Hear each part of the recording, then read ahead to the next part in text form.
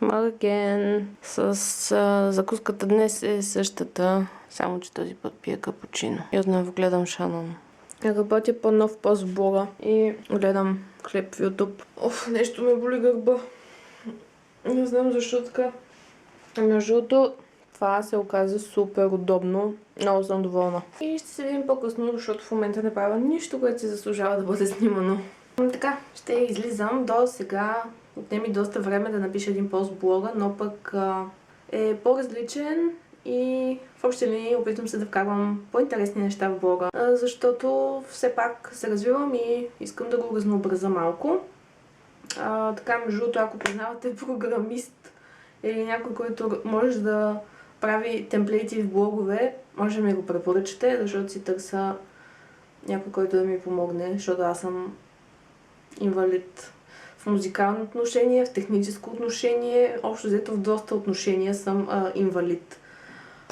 Така, сега ще излизам и може би трябва да сложа малко грим, въпреки че, не знам, мързиме да се гримирам, но пък искам да ми е есенно. Парадокс. И тъй като имам огромна пъпка, ще използвам тежката артилерия с коректорите на Lollipop. Те са много покривни. И така, между другото няма топла вода цял ден, в смисъл вече е обяд, няма топла вода.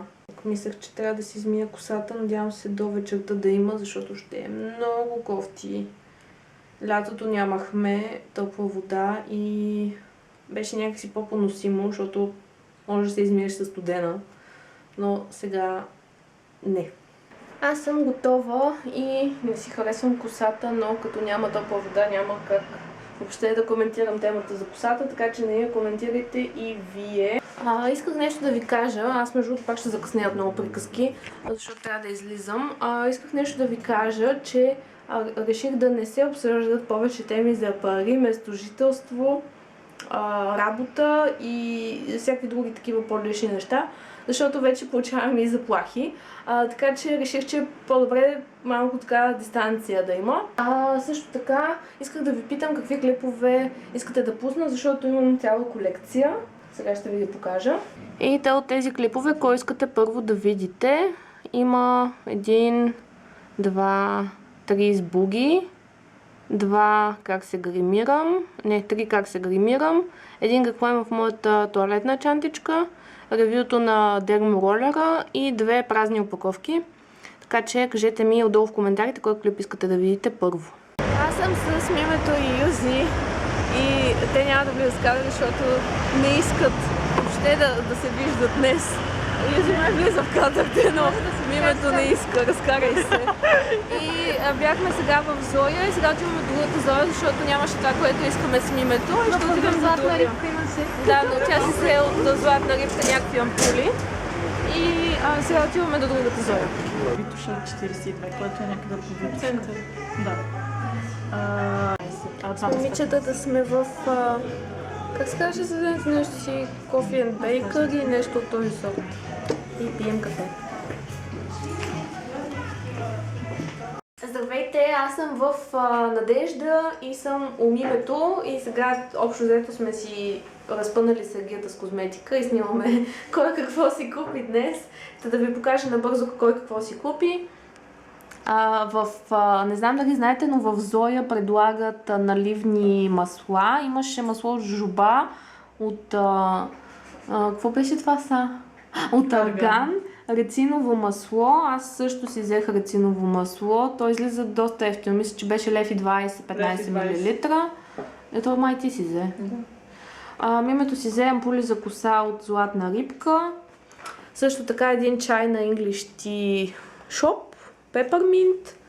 И един такъв с шоколад, защото слушам, че Ирина много го харесва и реших и аз да го пробвам. Нямаше голяма опаковка. Крема ми за около очи свърши, да си взех един на тази немска марка, която... Ноникю. Това е този, който е за нормална към суха кожа, защото този, който беше с авокадо за суха и много суха кожа, ми се стори доста тежък. Тествах ги.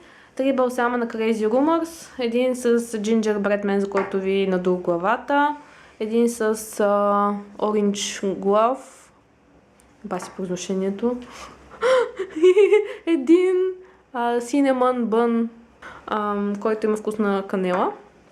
И това е в общи линии. Умиването е много хубаво. Здравейте, аз съм в общежитието и нямаме освен топла вода, както ви казах сутринта, сега нямаме и ток, и топла вода. Така че паля свещи по различни ъгли на стаята и ще се взема мъничък душ с студена вода, защото и сега допалвам още свещи и ще видим какво ще правя. Май ще отида у Юзи. Здравейте хора, вече има ток и сега сме с Милена и Юзлем, които между другото умират от смях. И пием вино и ядеме кроките и гадости, слушаме ланчето и все още нямаме топла вода. А Милена вече... Покажеш гела. Да те го знаят гела, Милена, нали го снимах в отделен клип. Милена супер много се впечатли от еротичния гел с вкусна ягода. Много е вкусен. Бил много вкусен, аз не разбирам от тези неща, тя е специалиста по геловете за ядене. Ще ви снимам, обръщам камерата. Чакай поне да си оправя косата. То път поне не си чорапи джапанки. Ме излага пред аудиторията. Ще обърне камерата. Не го прави. И така, да продължаваме да се забавляваме. Те ми се смеят. Не на теб. Да. Искаш ли ти? Няма. Тя ще Интересни излезе. хора заснимат. Тя вече не е в моя живот. Снимай видеото колко е готово. То силно се вижда зад мен. Пием Правиш вино. реклама. Не е хубаво. Как да е? Хубаво е. Приключвам, че почнаха да говорят глупости. И Юзи си тръгна. Милена влезе да си вземе душ. По-скоро не дождено, да. Нямаме все още топла вода и аз ще си топля вода след малко и ще вляза я да се измия, защото такива са условията тук, какво да се прави, такъв е живота. Вече сме свикнали, все пак не живеем тук от няколко месеца. Радвам се поне, че има ток. Одеве стана супер смешно това, че бях запалила всички свещи и търсех, ровех и шкафа да запаля още свещи. И излизам в коридора и виждам всъщност, че има ток. Въобще не бях разбрала, че е дошъл тока. Та ми стана много тъпо. Викам, боже, колко си разсеяна. И така, днес в общи линии не отделих цели 2 часа да пиша за едни половери в блога. Скоро ще видите тази публикация. Утре трябва да пиша за странното ставане. Това трябва да го публикувам и така в общи линии. Ще се видим малко по-късно, когато се преборя с топлата вода и си я стопля с каната. Добре, че имам кана, че бързо става. Надявам се да не я разваля от много употреба. Днеска съм много доволна, деня беше хубав. Май малко съм снимала, но в общи линии то нямаше какво да се снима. И така, ще се видим после. И аз съм вече в леглото. Успях да си взема нещо като душ с каната вода да се стопля супер бързо и успях да се плацикам даже. Имах супер много топла вода, така че съм много доволна. Намазах си лицето с кремче, използвах си новото кремче за околочния контур за сега.